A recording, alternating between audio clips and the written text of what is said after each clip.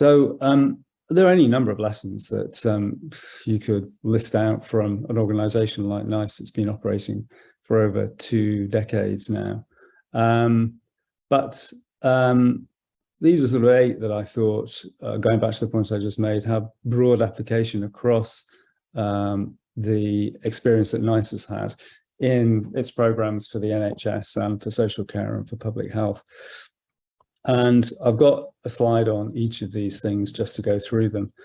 And I wanted to start off, perhaps a bit oddly, right at the end of the process with implementation, because I mean, it's an obvious statement that if it isn't implemented, it's not worth doing. But it's true, and it actually took NICE, or at least took me anyway, a few years to understand that crafting the most elegant guidance after the most rigorous examination of the evidence done by the best informed people that you could get your hands on doesn't mean anything at all unless it engages with the community of decision makers that it's intended to inform, and obviously the community of people who are using the services that the topic was addressing. And so I put it right at the top of the list because in many respects, I think it was the most important lesson that we learned. And certainly for the first few years or so, NICE didn't really see itself actively, in a kind of active, formal sense, being responsible for the implementation of its guidance. Back in the sort of early 2000s, in the first few years of NICE's existence, the assumption was that we would produce the guidance, we'd hand it over to the NHS, as it was just the NHS in those days, as the audience for NICE's guidance, and somebody then would take responsibility for putting it into place. If not a grateful community of clinical practitioners, then the national and middle tiers of NHS management who had responsibility for securing improvements in outcomes for patients. And the reality is, of course, that some guidance does get put into place very quickly because people are just waiting for it. They're aware of some change in practice, some new intervention that's come through, that's been produced. And the process of guidance being engineered into day-to-day clinical practice is quite rapid. But in practice, in most cases, evidence-based guidance needs to be actively engineered into practice. And because for health professionals, and I think also for patients, and for patients, when I use that term in this presentation, we could sort of substitute the word users in social care and public health practitioners. Evidence is really important, the sense that there's something that underpins an assessment of the options that are available to us all when we use the health and care system, I think is really important. Actually, it's incumbent on health professionals to be aware of that evidence and to weave it into the conversation that they have with us when we're looking for support from the health and care system. So the adoption efforts that the system puts in place to promote the use of guidance produced by NICE and other organizations like it needs to focus on that evidence base in order to make sure that the most powerful arguments for the application of the guidance are put in place. And it isn't just it's not just the clinical evidence base that needs to be promoted. That's really important, because ultimately, if you can't convince clinical practitioners or those in social care or in public health of the argument that you're putting forward in the guidance, then no amount of pressure, no amount of incentives is likely to get the guidance put into practice. That's true, but it's very important not to forget that those practitioners are enabled by a community of people who are responsible ultimately for determining where resources go, for putting in place the resource infrastructure of people and buildings and services that make it possible for clinical and other practitioners to do their job. So arguing both the clinical and the business case for adoption in guidance is really important. And it's really important to make sure that we drive out low value interventions, and that we don't inadvertently put in place incentives that either encourage or have the effect of encouraging those low value interventions, that suboptimal practice, to be maintained. So that those clinical and business cases need to argue both the point of the guidance in the first place, which is the focus on doing the right thing for patients, and ensuring that the health and care system is using its resources appropriately, and focusing on the specifics of the individual pieces of guidance that make the case in those particular circumstances. It's really important that professional communities and patient organizations are at one with the recommendations, ideally, so that they can use their networks to promote what's being proposed in the guidance. And to do that, it's very important that they're actively engaged in the development of the guidance, and I'll come back to that a bit later on. But the art of persuasion, I think, in all of this is to make sure that the guidance addresses material uncertainty, things that people are concerned and uncertain about in the health and care system, that the evidence that's used to craft the recommendations is the best that's available, and that the case for whatever the recommendations are is made as clearly as possible. So learning the lesson that it wasn't just enough to produce the guidance, that NICE had to work with the system in order to ensure that the guidance, that people were aware of the guidance in the first place, both in the system and those who are using the system, and making the guidance as usable as possible, as accessible as possible. Crafting it with real clarity was all really important in the process of getting the guidance used into clinical practice. And once we decided that it was part of our responsibility to do that, I should say, once NICE decided that, then there was a process over the years of building quite substantial resources inside the organization, including a field team working locally with NHS and public health and social care organizations to raise awareness of the guidance and to promote its use. Lots of work has gone into, and lots of resources have gone into, tracking the use of the guidance, of understanding the barriers to adoption of the guidance in the NHS, and using that knowledge to craft resources for practitioners and those who support them, to help them understand the impact of an individual piece of guidance locally, to share the experience from different parts of the system in meeting the challenges associated with adoption, and in creating tools that can be used by the health and care system in order to make sure that the guidance that NICE produces has got the best chance of being put into practice.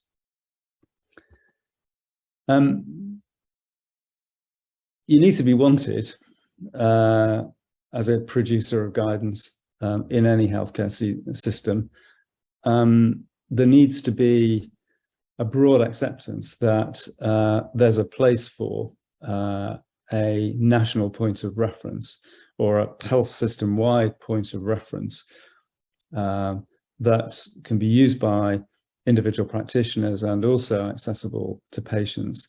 There needs to be a genuine desire for an organization that's going to fetter, to some extent, the discretion that practitioners have in making decisions or in making recommendations to their patients and their clients about the care and services that they need, and that can inform patients in helping them to make judgments, and also making it clear why in some circumstances things can't be made available. So there are circumstances inevitably in which an organization like NICE producing the sort of guidance that it does can be respected, even if it's not necessarily liked. And so to make sure that in both of those circumstances, where something is waited for, where there's a positive recommendation that's likely to be welcomed, and other circumstances in which there's some restriction on access to the services as a result of the guidance, the narrative needs to be compelling. And so we absolutely need to be clear that what's recommended is ultimately going to improve outcomes for patients. We need to be clear about the ways in which the guidance is going to interact with that responsibility of clinicians and other practitioners in the health and care system to offer what they believe is in the best interests of individual patients. We need to make sure that those who are going to be affected by the guidance, those who've got responsibility for its implementation, its use, have had the opportunity to influence the development of the guidance, that something of their voice, the voice of the professional communities and the voice of patients, comes through in the way the guidance is crafted and in the arguments that are played out in the guidance for the specific the recommendations that are being made. People need to have confidence that the guidance has the capacity to be amended in circumstances where the evidence is changing, so that this is simply not just a one-off decision, which doesn't have the ability to capture the evolving knowledge that we have, that we are inevitably going to have about a new intervention or a new form of practice. And that final point, which I mentioned a moment ago, about the necessity of explaining clearly in circumstances in which something that could be made available to users of a health and care system, but isn't going to be as a result of a recommendation that's made, is that that's explained clearly, not just in the guidance itself, but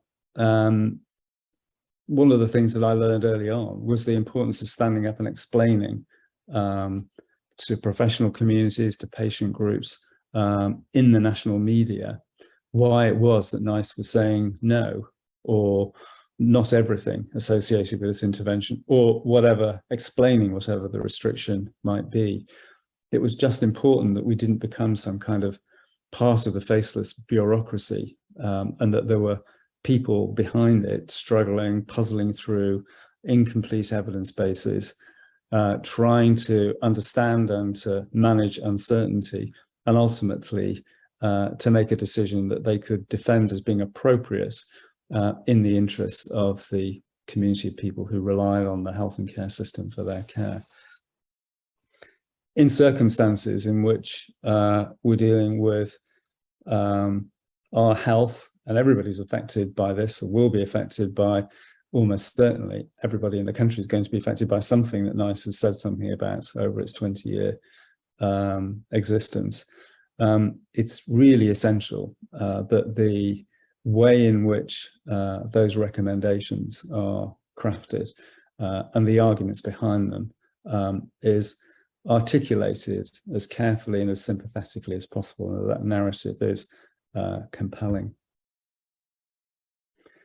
And just sort of continuing that, or developing the theme of generating trust and confidence, gaining the support of communities that are essential in the development of guidance, as well as generating and maintaining support of those who are affected by the guidance. One of the most important things I think that it's really essential to do as a national body, making these decisions that have such significant impact on individuals and the healthcare system as a whole, is that you need to open up the processes through which recommendations are generated as much as possible. And that means publishing everything, or at least almost everything. I mean, if you can publish everything, that's ideal. So it's essential to be clear about how the guidance is developed through the methods and processes that are used by the organization. Data from clinical trials and from studies that are used to underpin guidance in the public health and social care aspects of what NICE does, and the economic evaluations that are produced either commissioned by NICE or developed by pharmaceutical companies, which is the process in the technology appraisal program, need to be made available to people who want to see them. And everything that people say, all of the consultees, all of the stakeholders in the process of developing guidance needs to be put into the public domain. It simply isn't good enough, I don't think, for an organization to say, well, we can't publish that because that was confidential dialogue between ourselves and an individual stakeholder, unless there's a really compelling reason for doing that. So there need to be clear rules about how information, all the evidence and all the comments that are made in the development, the evidence that's used and the comments that are made in the development of guidance are handled by NICE, and the circumstances in which people can get access to that information. I mean, clearly there are some circumstances where it probably wouldn't be possible for NICE to make recommendations without reaching some kind of agreement on confidentiality. But that, I think, only applies in circumstances where the legitimacy of the concerns from the stakeholder can be tested, and a clear justification for restricting access to that information can be set out. Lisa and the team here are aware of the evolution of NICE's approach to confidentiality, slower perhaps than it might have been over the years, but gradually getting better, but still restricting access to some information generated through clinical studies and other academic endeavor in circumstances in which the justification for that now is becoming increasingly obscure. The commercial confidentiality that NICE agrees with individual companies, again, is disputed. There are people who believe that that's not appropriate, that simply because something might harm the commercial prospects of an individual company's product is not of itself enough of a reason for restricting access to it as part of the NICE process. But the difficulty for NICE is, and inevitably it's a compromise, is that it has to work with commercial organizations for whom that commercial sensitivity is a very real risk. And so, I mean, I think it's inevitable that there will be circumstances in which that there will be data that has to be restricted simply to make it possible for NICE to make recommendations in the first place.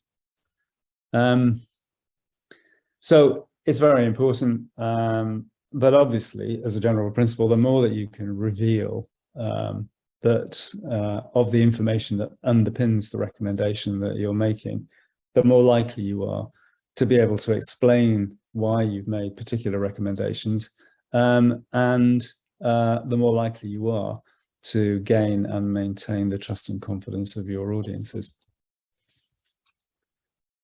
And sort of closely associated with that concept of transparency, I think, is this question of making it possible for people to become involved in the development of the guidance.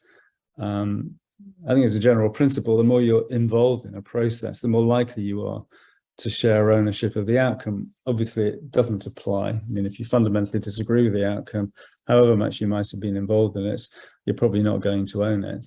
But the fact that somebody who in the end ultimately disagrees with a recommendation has been part of the process is still nevertheless really important. And so I think, as a general principle, anybody who's affected by recommendations that are going to be made through a particular form of guidance should have the opportunity to have their views considered. I mean, obviously, there are practical considerations that have to be taken into account. There are potentially thousands of people who might want to comment on an individual piece of NICE guidance. And whereas in the very early days of the organization, there was an attempt to literally to try and involve individuals in that process, it became very quickly apparent that practically the organization would never be able to produce anything if it tried to address every individual's questions and issues. But there are ways in which it's possible to enable access by individuals through professional communities or patient groups, for example, to have their voices heard, synthesized, and then presented to NICE in a way in which the organization can take those views into account. However it's done, it's really important that once the recommendations in a particular piece of guidance start to emerge, that there's a genuine process that allows views to be expressed on whether all of the evidence has been taken into account, and to put views forward about the way in which that evidence has been interpreted. And if people disagree, there needs to be mechanisms, processes that allow them to put reasoned arguments forward for a different interpretation. And that consultation has to be genuine. So the organization that's receiving those comments, NICE, in my case, needed to put the resources in place to show that it had been read and that it had been responded to. There's always a risk that becomes a bit mechanistic, some general observation like, thank you for your comment, which we've taken into account. But nevertheless, to try hard to demonstrate that people's views were being listened to. And certainly in circumstances where substantive challenges were being made by formal consultees in the process, that there was a clear response, either accepting the points that have been made, or alternatively, in circumstances in which the organization didn't agree with it, a clear argument why that was the case, and for that to be set out so that both that consultee and indeed everybody else who's interested could see why NICE was taking a particular position. That engagement, I think, is just natural justice, but it's just essential in making sure that the organization produces ultimately the best guidance it can, because NICE, the people who work in it, its advisory committees, don't have a monopoly on wisdom. They get things wrong.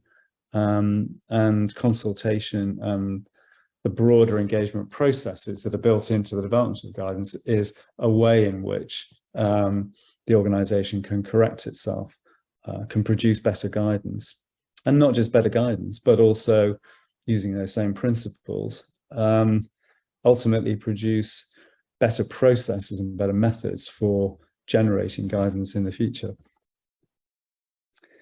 And just on that point of methods and processes, absolutely essential to have them laid out for every guidance program as clearly as possible, essential for delivering consistency, so that different groups of people, either groups that are established as standing committees to produce recommendations over a period of years, or groups that are brought together for individual topics, are clear about what NICE expects them to do, how NICE expects them to go about interpreting evidence and resolving uncertainty, and that they can apply that approach over multiple topics over a period of time.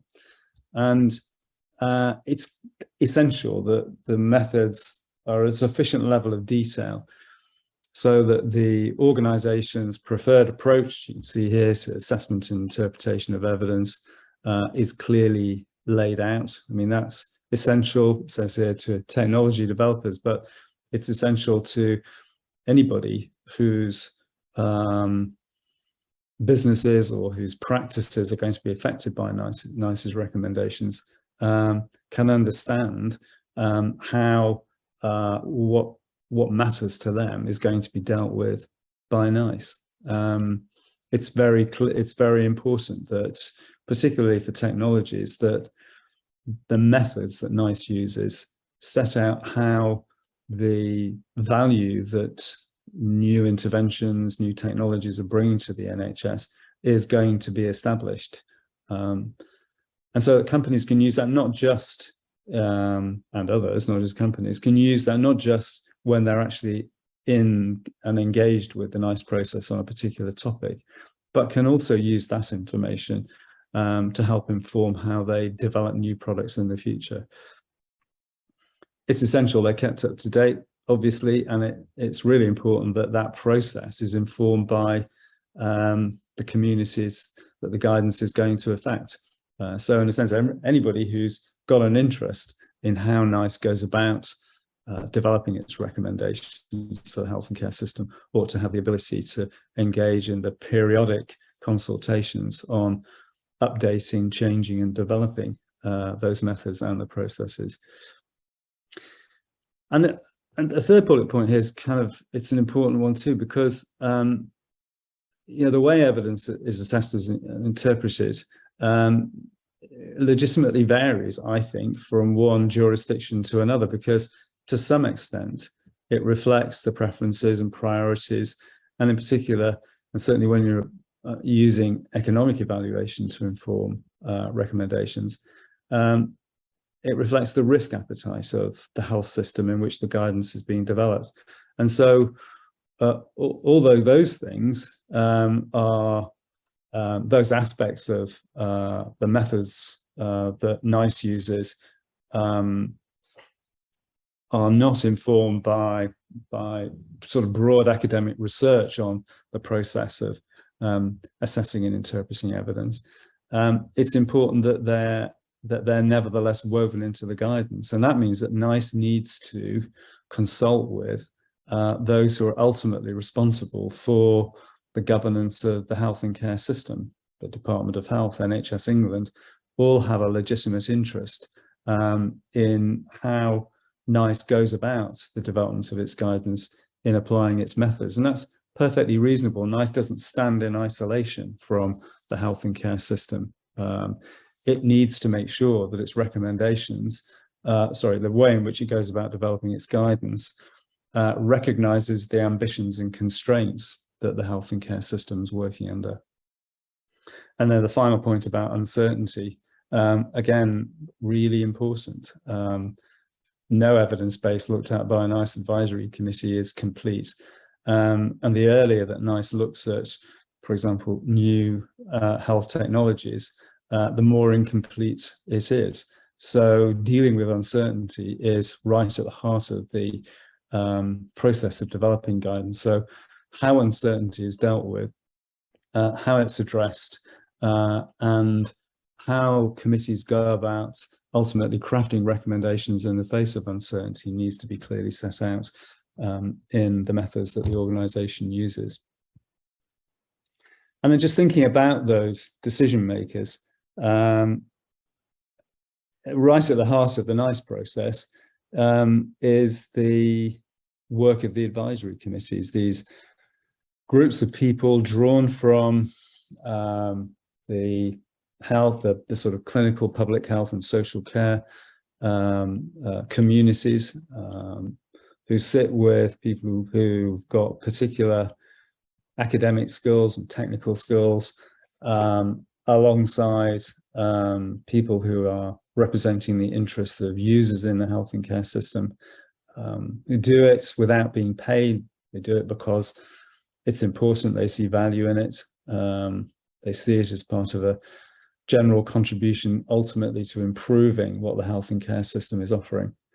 It's important that NICE creates a space, a safe space in which they can puzzle through the evidence that's put to them, that they can take into account the evidence that's presented on outcomes for patients and other users of healthcare systems, that they get a good understanding through the economic evaluation that NICE presents to them about the impact on health system resources of the evidence that they're looking at, and that they've got the opportunity to see the views, as I was saying earlier on, that have been expressed by stakeholders, and to bring all that into a space for debate and discussion that is not insulated from the world in which the guidance is going to be produced, but is protected. So in other words, that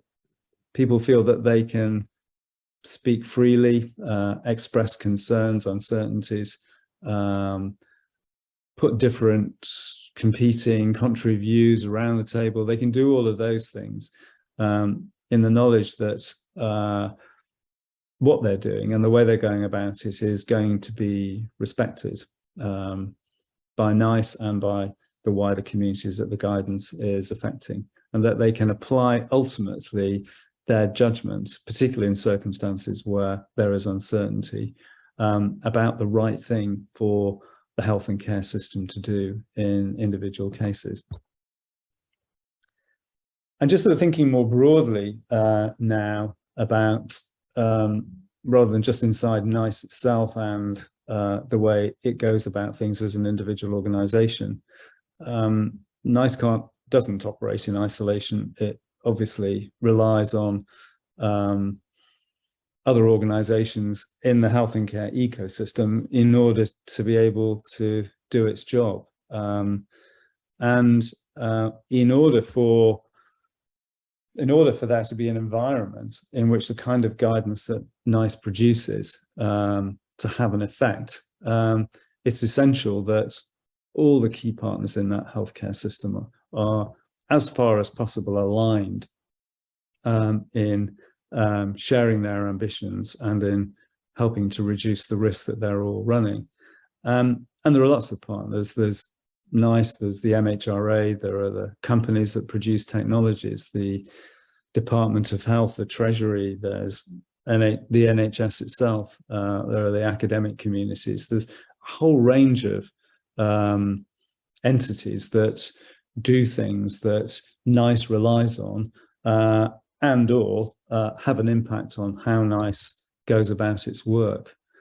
And there are some things that are really important, I think, if you stand back and look at that whole ecosystem. And some of them are listed here. I think it's really important that health systems are clear about their priorities and ambitions. So what do they want to focus on? What outcomes are they looking for? What kind of innovation are they going to value most and be prepared to pay for?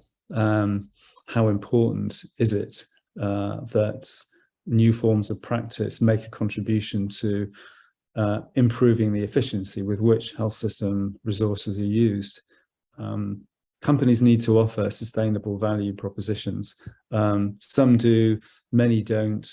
Many take too long and drag out the processes that NICE and other organizations have to go through to get to the point where the value proposition becomes realistic and possible for the health system to avoid.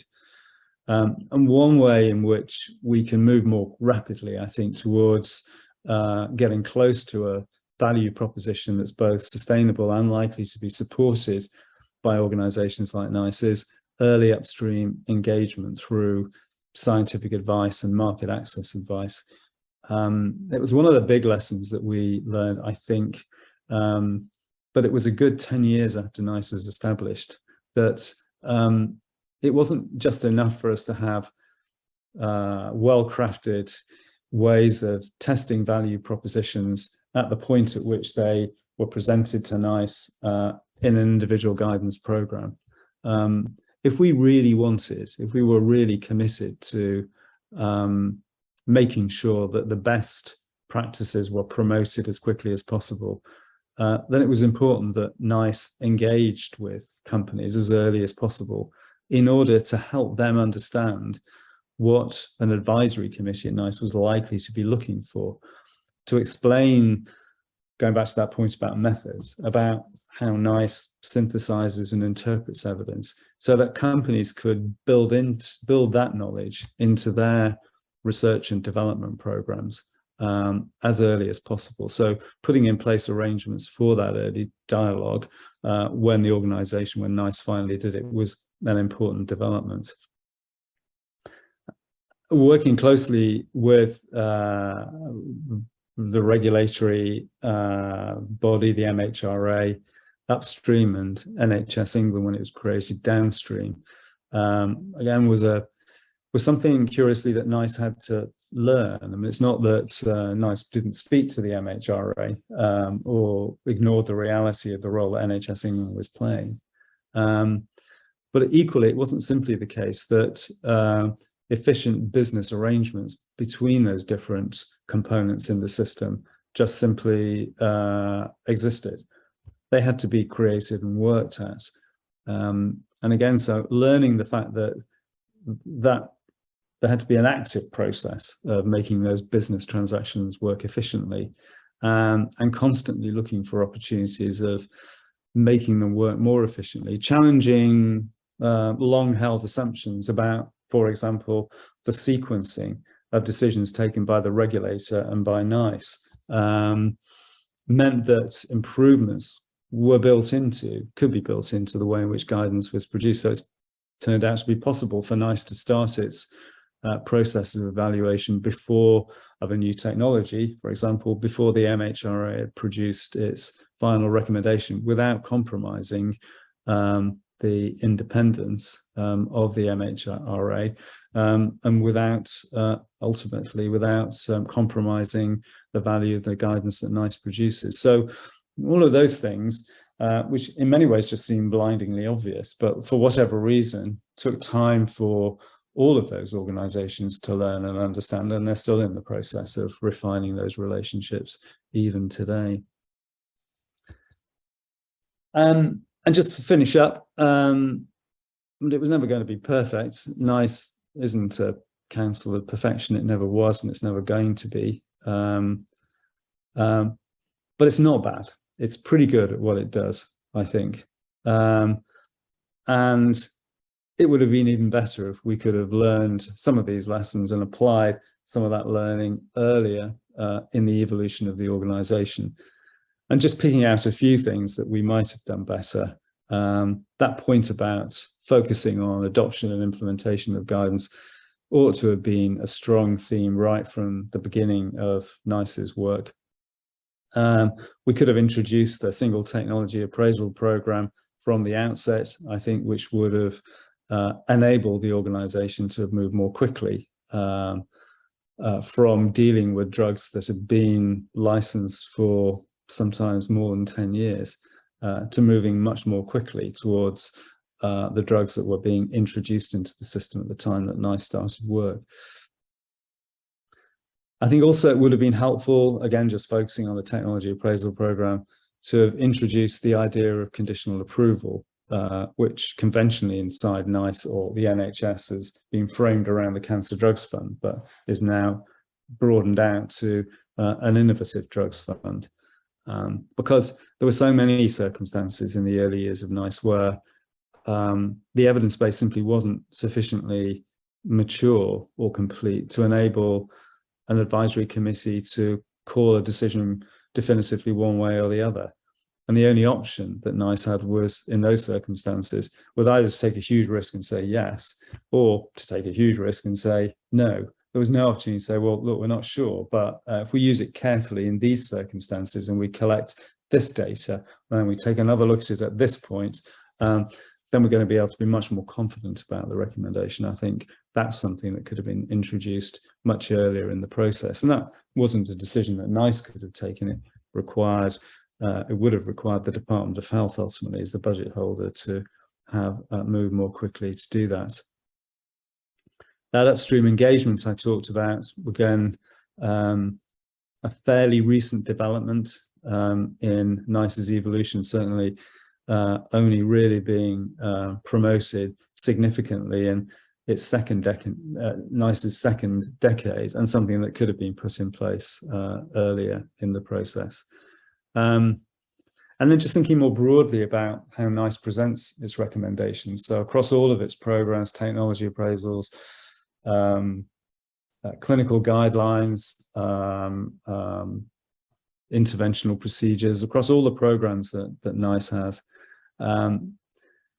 For a long time, I think there was a focus inside the organization on almost a silo-like basis, that this was a technology appraisal, and this is an interventional procedure, this is a clinical guideline.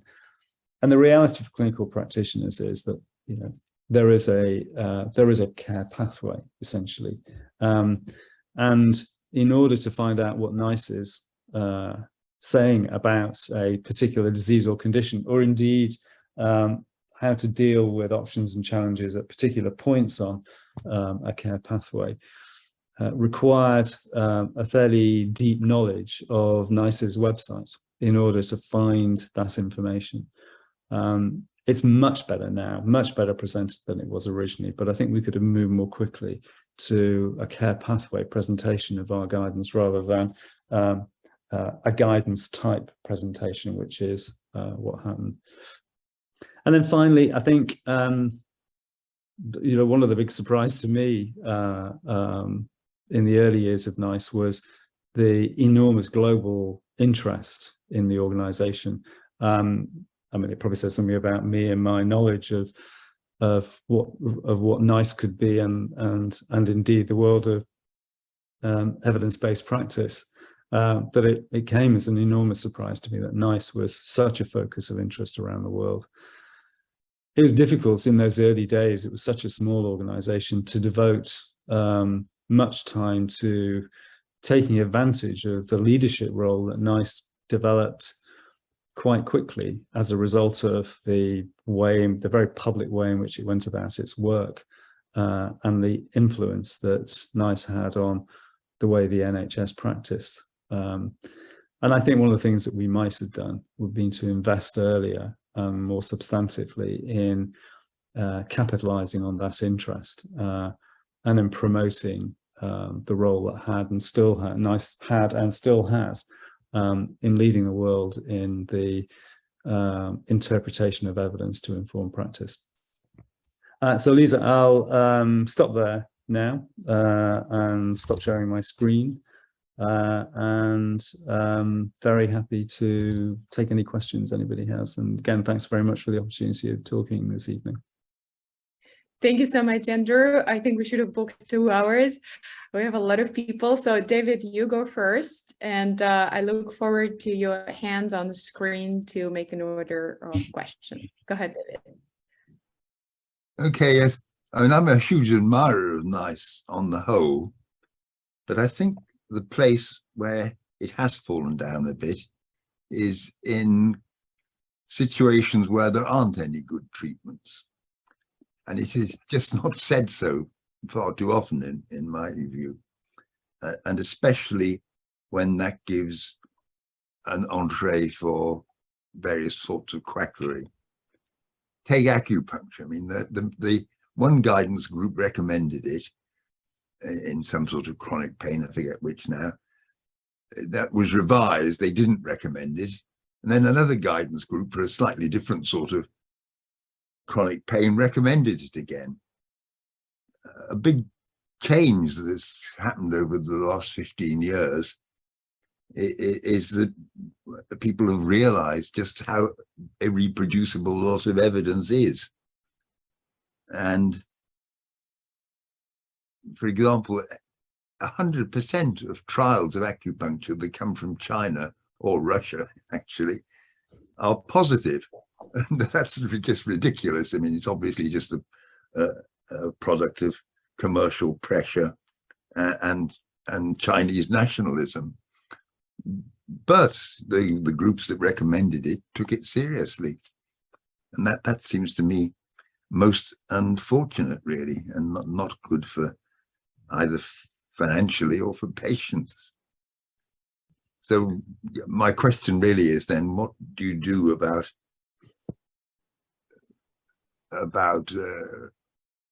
fringe medical practices? Why do they still get recommended when there's nothing else? It's not nice to tell a patient, no doubt, that there's no treatment that will help him, but it's too often true. Yeah, I mean, I think it's fair criticism, David. I think, I don't know that there was an explicit process of NICE avoiding getting into difficult areas like acupuncture and homeopathy, which it managed to avoid completely, certainly for the time I was there. But then it didn't do a lot either. I mean, I don't think, I take your point about the sort of inconsistent recommendations around acupuncture, but that's a product of I guess that's a product of the way NICE is established, that the independence of its advisory committees, providing they follow the methods and processes, different groups of human beings have the potential to come to different conclusions. And obviously the applications for acupuncture were different. But I think you've got a reasonable point that NICE is a vehicle that could be used explicitly by the health and care system if it wanted to address the more egregious approaches to practice and to come out with very clear recommendations against using things. But for that to happen, there has to be a sort of very explicit desire for the system to do that. NICE needs to know that it's doing that with the support of the health and care system, rather than just sort of falling into it and suddenly become, a victim, as I remember we were, to individual communities that can get very angry about negative recommendations about their favorite forms of practice. Yes, exactly. Thank you. Thank you for your question, David. See the message I put in the chat. We should have a very interesting talk in 2 weeks on the subject. And Susan, your question?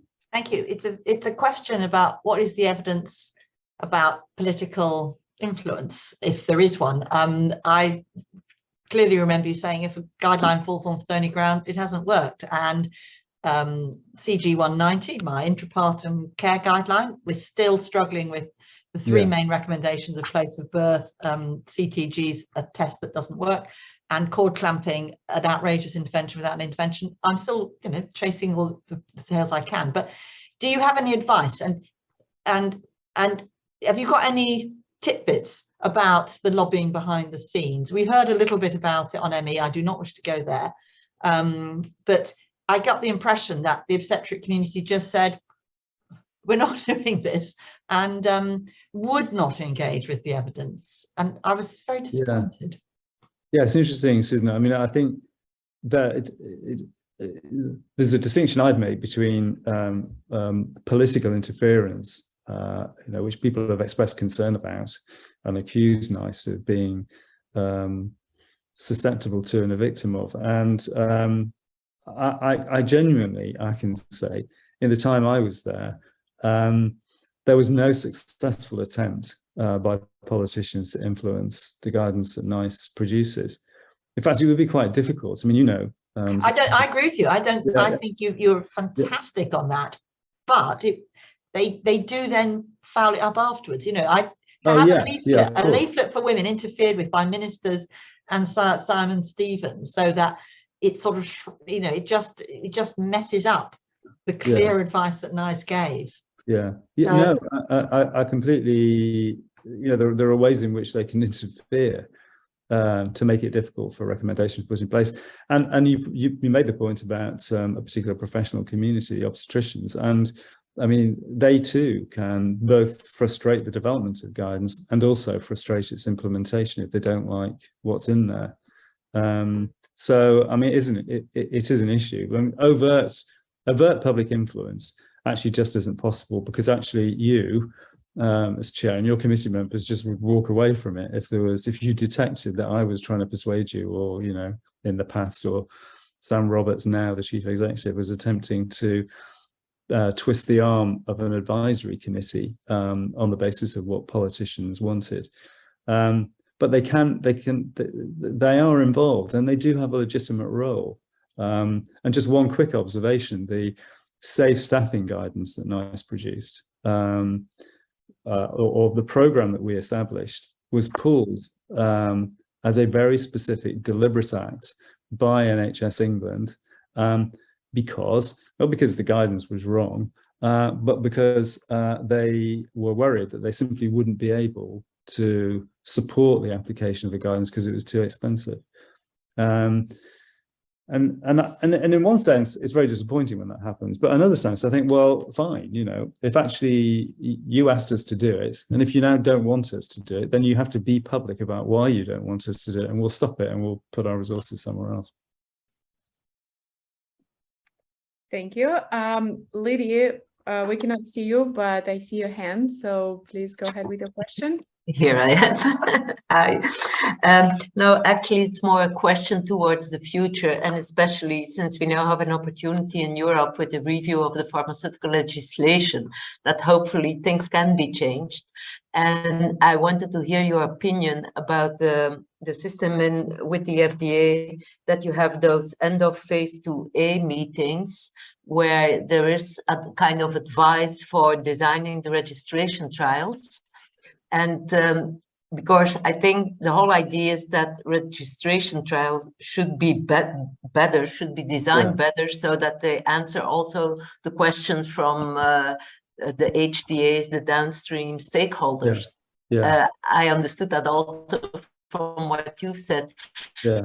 So what do you think about making that whole concept mandatory?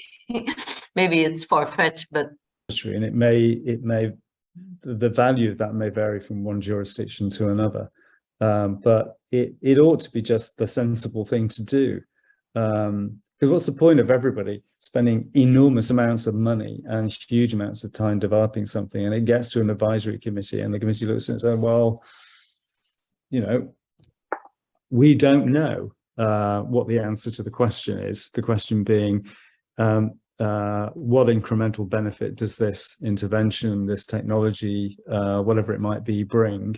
And is it worth the health system paying for it? And the reason we don't know is that you haven't brought the data that allows us to answer that question. So, I mean, it seems to me to be ridiculous to get into that position when through some structured dialogue, 2 years, 3 years, 4 years, 5 years earlier, that could have been rectified and everyone be in a much better position to make a judgment about value once the technology is being presented to the healthcare system. So it's sensible, it should be promoted. Making it mandatory might help in some circumstances, but I guess that might be jurisdiction specific. Thank you. Thank you very much. Any other questions for Andrew? Andrew, I do want to ask you this question that Damard sent by email because he could not join today's event. So I'm posting it in the chat for everyone to see, but I think many people would be interested about the take on innovation by NICE. So the question is, what evidence and research has informed NICE's move to more explicitly place incentivization of innovation as a core objective of NICE? Yeah, it's interesting actually, because the promotion of innovation was built into NICE's mandate from the Department of Health right from the beginning. If you go back to the founding documents of NICE, you know, back in 1999, and indeed the consultation documents that predated the establishment of NICE back in the 1990s, the idea of promoting innovation and NICE being part of a system that did that was built in, was assumed, and indeed we were very conscious of right from the start. So it's not kind of new. I guess the approach that NICE took, certainly the approach I took from the start, was that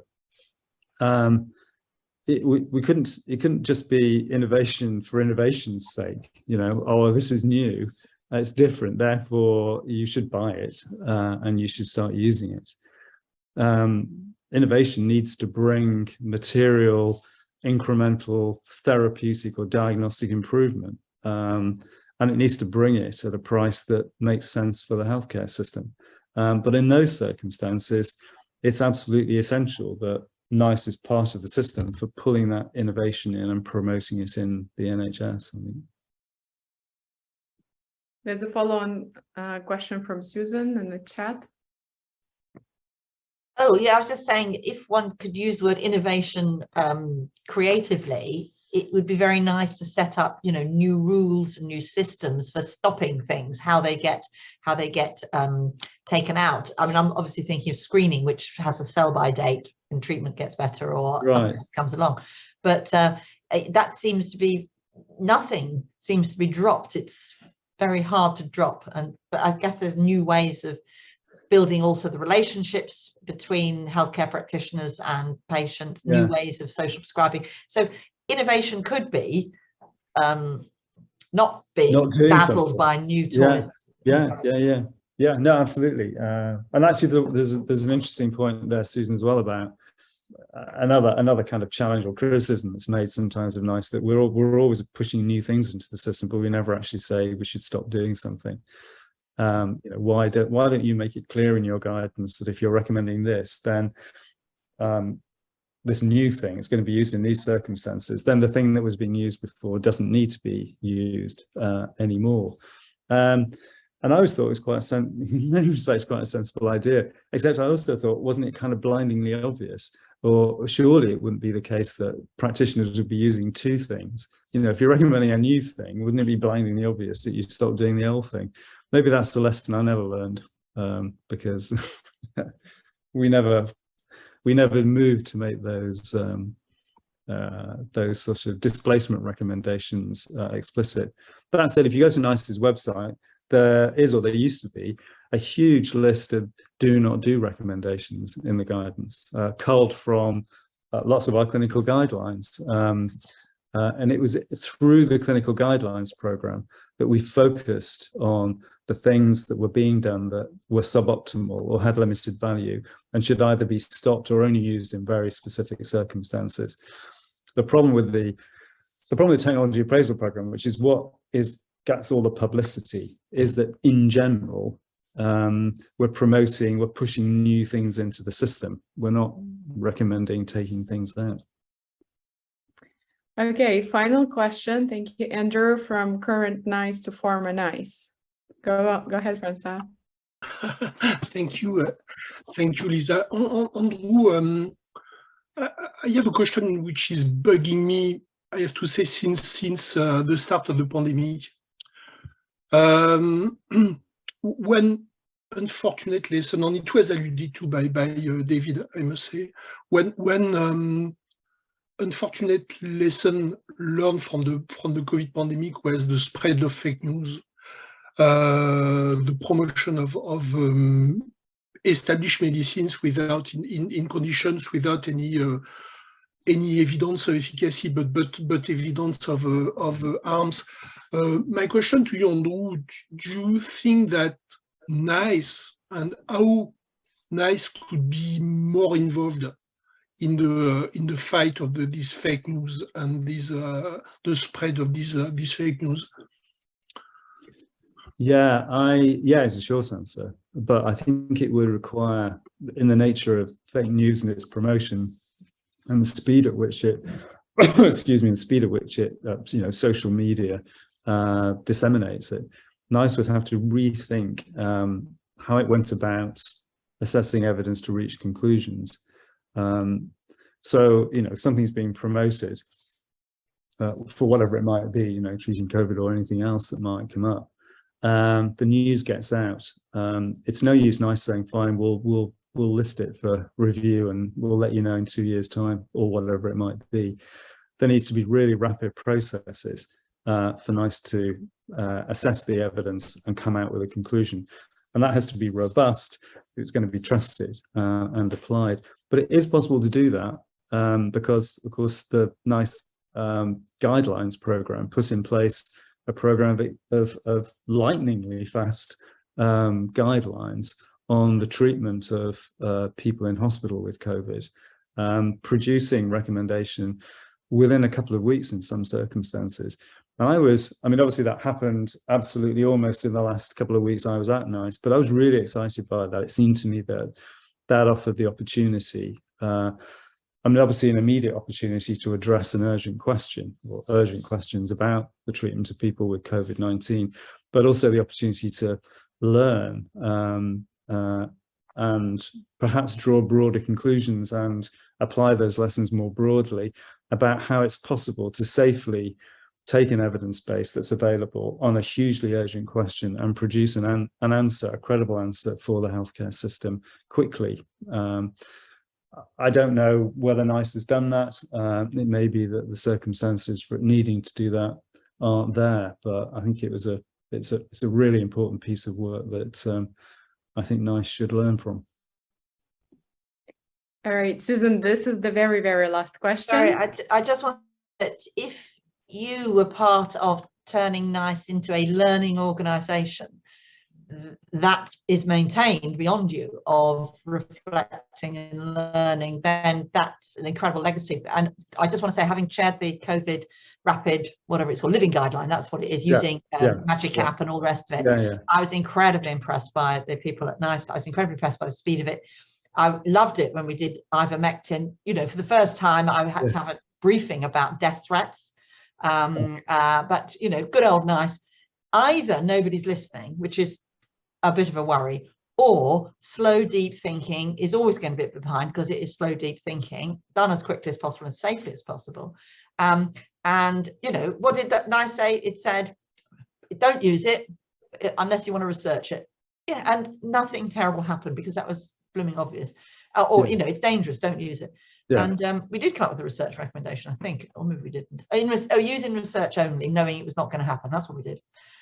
So, and I, having been involved over the years in a lot of reflective exercises, testing out new processes when we were going from slow to rapid to living, I think that quality, which comes with a cost, which mustn't be shaved off, of learning and reflecting, and having seen many, many other institutions, whether it's the General Medical Council or NHS England or the rest of it, that's critical. And we're losing it even in the universities. It's very precious to many of us. And thank you for what you've done. Well, no, thank you for particularly, well, for all your guideline sharing role, Susan, not least that's rapid guidelines in COVID. And actually, just a kind of final thought, that could definitely be lesson number 9, I think. I don't think NICE ever did it particularly well when I was there, which obviously is my responsibility. But that, I mean, that process, that hugely important process of sharing the learning from one bit of the organization across to other parts of the organization, the mechanisms I don't think are really there. There's so much of a focus on those individual engines of guidance production doing the thing in the way that they do it, being absolutely confident they're doing it in absolutely the right way and the most efficient way, can sometimes frustrate cross-organizational learning. And I don't think I ever kind of had the sort of techniques, I have to say, organizationally to overcome that. There were times when I just thought it was just a triumph for the guidance to be produced in the first place. You breathe a sigh of relief and go on to the next topic, but really important that cross-organizational learning takes place. Andrew, thank you so much, not just for tonight, but for the decades of service to all of us, to NHS, and for building brilliant organizations. So